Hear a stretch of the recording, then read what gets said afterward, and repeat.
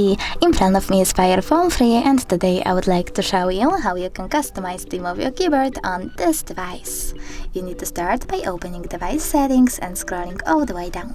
Now select System, Languages and Input, Virtual Keyboard and Keyboard. Then click on Theme over here and tap on this plus sign under My Themes. Now you can select the photo that you want to apply by tapping on the chosen one. Then pinch it to scale, drag it to move. And when you're done, select Next. Now you can adjust brightness by swiping left or right over here, and when you're done, select Done.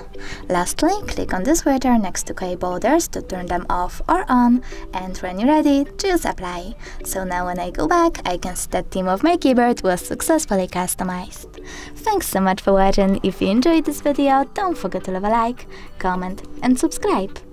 Bye!